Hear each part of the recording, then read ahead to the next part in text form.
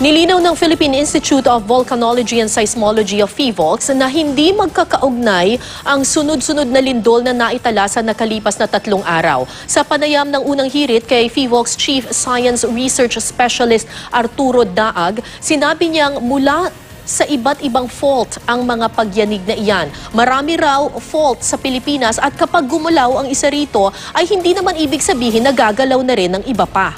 Sa isang araw, karaniwang nakapagtatala ng 20 lindol sa bansa. Karamihan sa mga ito ay mahihina lamang. Lunes nang maitala ang magnitude 6.1 na lindol sa Castillejos, Zambales. Sa San Julian, Eastern Samar naman, ang sentro ng magnitude 6.5 na lindol noong Martes.